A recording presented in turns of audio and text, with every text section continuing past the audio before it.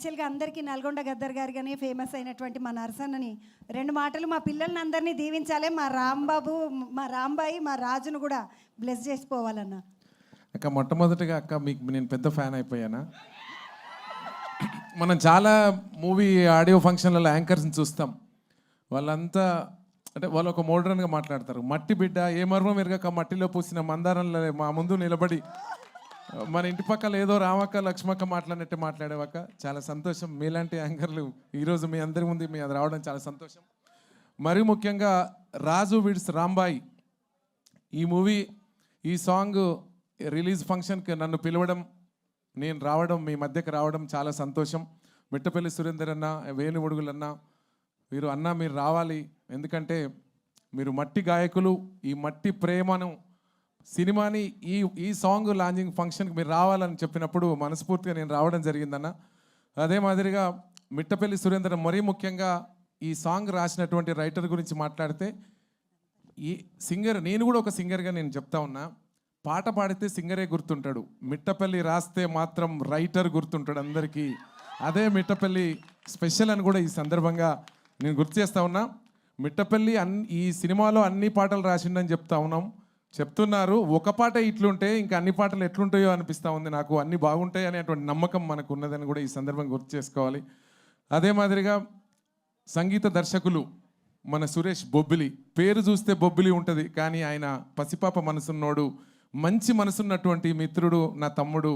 దీనికి సంగీత దర్శకుడిగా ఉండడం, ఆ సౌండ్ చూస్తుంటేనే నాకు అనిపిస్తుంది ఇంత మంచి సాంగ్ నాకు నేను పాడలేకపోయినా ఏంది, నేను పాడితే బాగుండు అనేటువంటి పాట అనిపించింది. నా సందర్భంగా నేను గుర్తు చేస్తా ఉన్నా. వేణువుడుగులన్న అదే మాదిరిగా వేణువుడుగులన్న కూడా ఆనాడు విరాట పర్వం సినిమా నుంచి నేను చూస్తూ ఉన్నా. ఈరోజు ఈ కార్యక్రమానికి మీరు రావాలన్నప్పుడు మనస్ఫూర్తిగా వచ్చానా. ఏది ఏమైనప్పటికీ టీం వర్క్, వీళ్ళ పేర్లు, బోస్ గారు తమ్ముడు కూడా చాలా ఫ్యాషన్ ఉన్నటువంటి సంగీత మన డైరెక్టర్ గారు. అదే మాదిరిగా నేను ఒక చిన్న లైన్ ఈ సినిమాలో నేను విన్నానా, ఆ కథ ఆ లైన్ వినే అనుకున్న ఈ సినిమా చాలా పెద్ద హిట్ అయిపోతుందని. ఎందుకంటే అది నేను కూడా చెప్పకూడదు.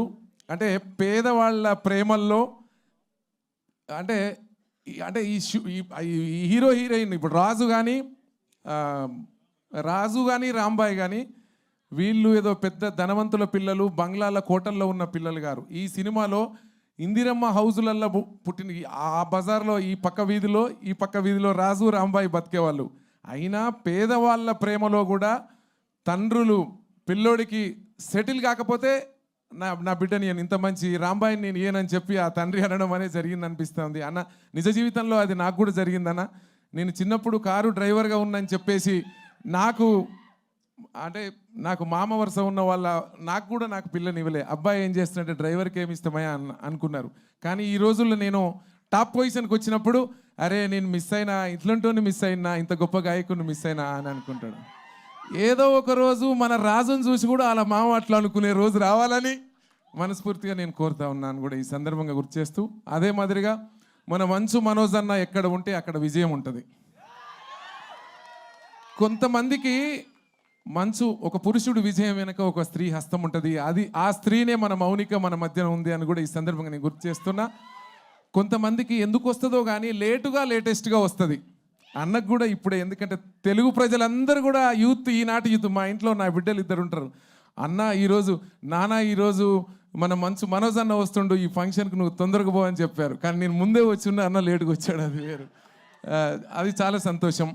మరి మౌనిక కూడా మీ జంట చాలా సూపర్ నాన్న, చాలా సూపరు. మీరు ఎంతో, ఎందుకంటే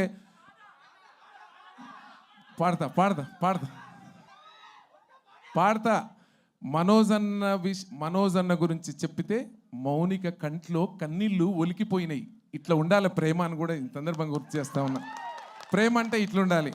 మనోజ్ అన్న నువ్వు చాలా అదృష్టవంతుడు అన్న, మౌనిక దొరకడం మీకు ఇద్దరికి కూడా.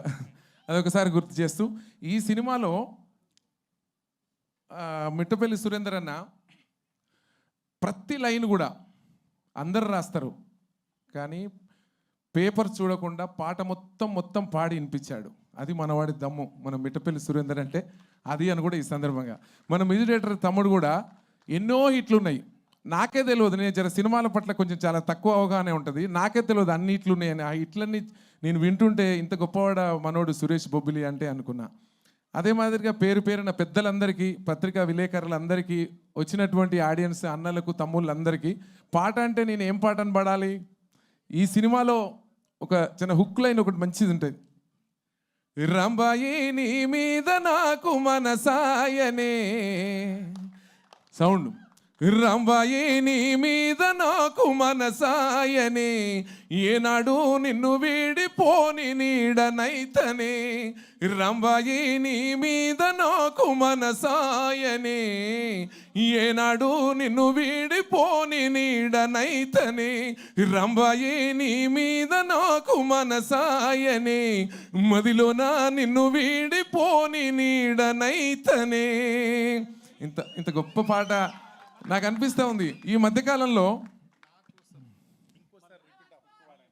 నాకు ఈ అన్న అంటే చాలా ఇష్టం. మమ్మల్ని ఇద్దరిని ఒక దగ్గర చూస్తే చాలా మంది ట్విన్స్ అనుకుంటారు. మేము ఫారిన్ అటు ఇటు పోయినప్పుడు ఎయిర్పోర్ట్లో అందరు ఈయనని నువ్వు సురేంద్ర అన్న అని అడుగుతారు, నన్ను నువ్వు నర్సిరెడ్డి అన్న అని అడుగుతారు. అంత ఇష్టం అన్న నాకు.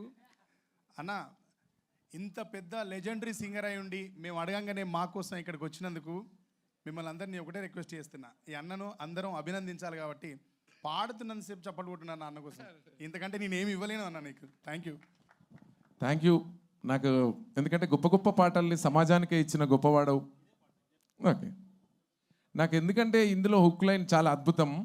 నాకు తెలిసి 2025లో ఏ ఆటోలో చూసినా, ఏ ట్రాక్టర్లో చూసినా, ఎక్కడ చూసినా ఇదే పాట ఉంటుంది. ఇదే కాదు, 5 నుంచి 30 వరకు 5 ఏళ్ళు ఉంటుంది, రాసి పెట్టుకోండి. ఎందుకంటే అంత హిట్ కాంబినేషన్ ఇక్కడ ఉన్నారు. మన రాంబాయ్ కానీ, మన రాజు కానీ, అన్న పెద్దలు శివాజీ అన్న కానీ, ఇంకా పేరున దయచేసి నాకు కొంచెం పేర్లు చాలామంది తక్కువ తెలుసు, మీరు వేరే అనుకోవద్దని కూడా ఈ సందర్భంగా నేను గుర్తు చేస్తూ, రాంబాయి రంబాయి నీ మీద నాకు మనసాయనే, రంబాయి నీ మీద నాకు మనసాయనే, ఏనాడు నిన్ను వీడిపోని నీడనైతనే. రంబాయి నీ మీద నాకు మనసాయనే, ఏనాడు నిన్ను వీడిపోని నీడనైతనే. రంబాయి నీ మీద నాకు మనసాయనే, మదిలోన నిన్ను వీడిపోని నీడనైతనే, మదిలోన నిన్ను వీడిపోని నీడనైతనే.